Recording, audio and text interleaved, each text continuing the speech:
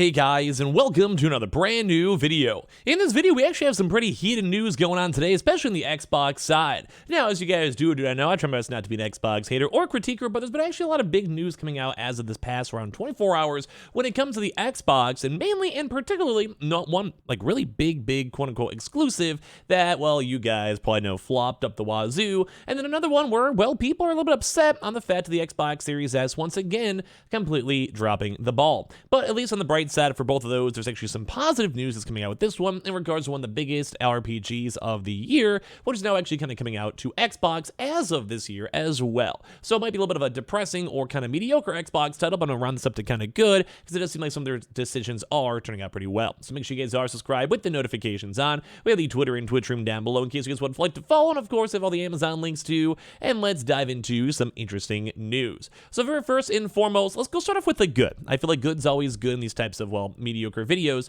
where we're going to probably be critiquing some stuff, is that Baldur's Gate, which as you guys may or may not have seen, even on my Twitch channel itself, I love this game. It's been a very good game. I've been trying to get with Karlosh as well, so like just been a good vibe. But one big thing to note is that it was a somewhat forced PlayStation 5 exclusive. Now it was out on PC, perfectly fine. It'll be coming out on the PlayStation 5 relatively soon, TM, next I think few weeks or so, around the same time that Starfield comes out. But sadly for Xbox, it's actually completely missing its own individual launch window, where as of right this second, there is no exact launch date.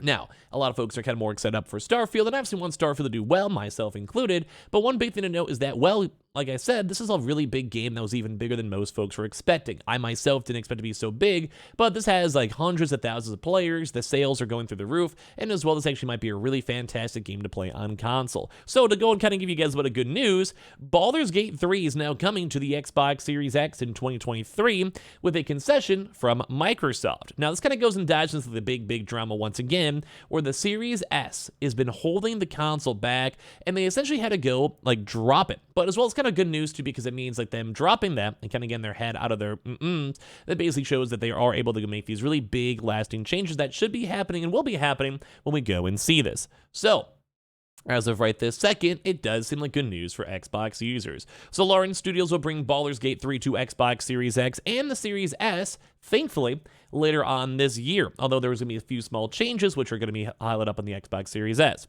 The studio's creative director, Swen Vinke, confirmed Thursday. That's good news for players on Xbox who have been waiting for news on the Dungeons & Dragons game, as until recently it seemed like they would have to wait until 2024. So number one, that's good news that they kind of had a chance to go talk it out.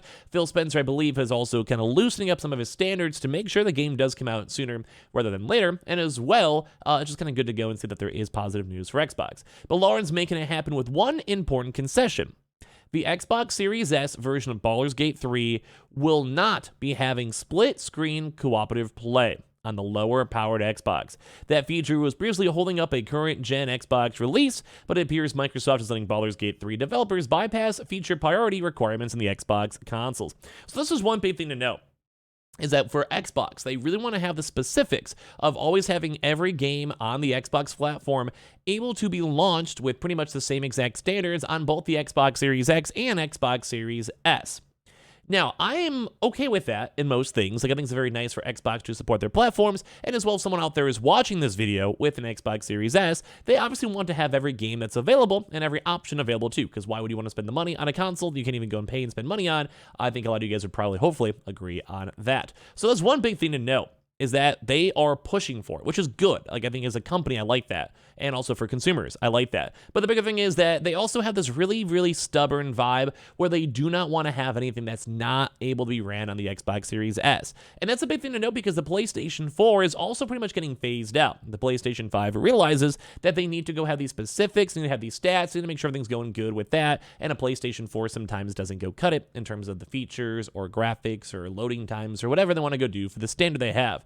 And that's a big issue because Phil Spencer, number one, on the good side, Phil Spencer himself stated and noted that this is okay. Like, he's cool with that. Like, for this, at least one specific example on Baldur's Gate, they are okay with getting rid of this polarity. They want to make sure that everything's okay. They want to run on Xbox Series X, which is overall good for the ecosystem and the Xbox vibe. I like that. I approve of that. And it's also kind of nice to see Phil Spencer get a little bit on the humble side because, well, you just want to have games you can play. You want to be able to go enjoy it. But the one issue is that people are still assuming that the Xbox Series S is holding back developers. And this is actually a really, like, this is the most finite example I can ever say. Where even if people are anti, like me for saying anti-Xbox stuff, the Series S literally stopped in major game launch from coming out. Like, Baldur's Gate has been way bigger than expected, and in all honesty, I still don't think it's be as big as Starfield, because Starfield's so hyped, but it may be more beloved and higher rated than Starfield as well. Granted, it makes a little bit more sense. It's a very niche RPG, but at the same time, Starfield itself should be good. So I don't know. Like, I kind of want to hear your thoughts if you guys have an Xbox Series S or anything in between, because developers are and have been complaining. They do not want to launch these games. They do want to have to go and have to make separate games for these, and we are now seeing as a perfect big case, almost, I would say, AAA, so kind of running up to AAA at this point for Lorraines, is that they almost just want to not care. They don't want to make it. They don't want to spend the extra manpowers. It's harder and stuff to go and code. And then people are getting upset with that at the end of the day, which I completely understand. So, I don't know. It seems like the Xbox Series S is going through some issues. Although we did have a really nice tweet over here stating, super happy to confirm that after meeting Xbox Phil Spencer yesterday, we found a solution that allows us to bring Baldur's Gate 3 to Xbox players this year still, something we've been working towards for quite some time. All improvements will be there. With split-screen co-op on the Series X, Series S will not feature split-screen co-op. We also include cross-save progression between Steam and Xbox, and they also do have the nice little Xbox going in, simping over here for Carlage. So at least it's nice to see. Like, it still is a big issue, because people are and do not want to run with the Xbox Series S. They keep on saying there is, like, basically big issues stating that the Series S release, we've said many times in the past that the issue is getting split-screen working on the Series S, which is taking more time, but it is in progress, Dow said at the time. This is a huge technical hurdle, but we are unable to release the game on the ecosystem without this feature. And like kind of the big point for this one too, it's not just my thoughts on it, the Series S has been holding back basically a lot of the gaming for Xbox. And as well, they have to go and deal with things like compromises. Like if this was all more streamlined out, maybe even a year ago or so, and they didn't have to deal with an Xbox Series S, this game could already be playable maybe for Xbox users, or launching at the same exact time for PlayStation 5 and Xbox users as well. So I kind of want to hear your thoughts on this one, or if you guys regret your Xbox Series S or whatever. I still think it's a good deal. I think it still gets nice, and if not every game gets it, that's totally fine. It's got a nice little, I guess, valued switch off for everything else. Now, it's kind of crazy too, because Redfall, kind of go time and like that. Try not to be anti-Xbox video, but right now it seems like Redfall is getting, well, destroyed. As of right now, as you guys know, this game was an absolute flop. It's not been doing well, and there's two major big things where people are frustrated on. One is that people are upset that basically the game is just not having any options. Don't forget, there was a really big controversy that the game itself never actually launched up at 60 FPS, which was unheard of, and even now, I am not even sure if it's even really worth their time or money or effort for their developers to even consider it in the first place. But another big thing to go and note is that the game itself is just dead. Like, if you guys look at this, like right now they had screenshots of people talking about Redfall, on the Redfall subreddit, saying there's 15 people playing the game with a 47-player peak. And the highest peak was only 6,000, which in theory, if that's like an indie game, that's not as bad. Like, I'm okay with that. Like, that's not the world's worst. But 15 players on a multiplayer-based game, that game is donezo. Like, that is horrendous. That is very low. And not to kind of keep on, like, kicking on Xbox throughout this video, because I think the fact that Baldur's Gate is coming to Xbox is a very good win. I like that. But, like, seeing the Xbox Series S kind of floundering right now, where people are upset with it just on the overall media, but even their kind of big exclusive games, such as Starfield, kind of getting a lot of critique. I think more people are pushing towards they like it, though, and I'm excited to play the game myself. But you can see that people are just not happy with this. Like, they want to go and see these executives stand by their words and their decisions, and making sure that everything they say and actually gets done. Like, a lot of folks are not getting stuff done, which is kind of horrible. And I wish I knew myself.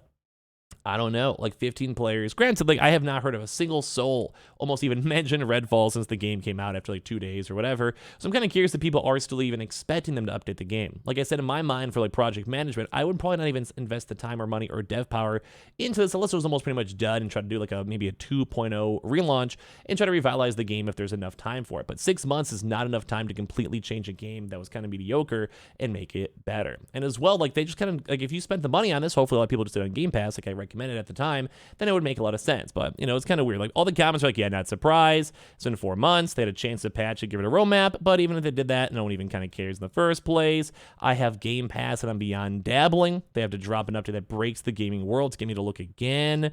Like, 15 people too much. Like, oh my God, too, as well. So there's still games out there too. Like, somebody even made a comment talking about how Game Pass has separate numbers compared to Steam. But either way, this is kind of hard to see. So give me your thoughts and comments down below. Make sure you guys are subscribed, notifications on, Twitter and Twitch room down below too as well. And of course, I just appreciate you guys all so much for watching here in the first place.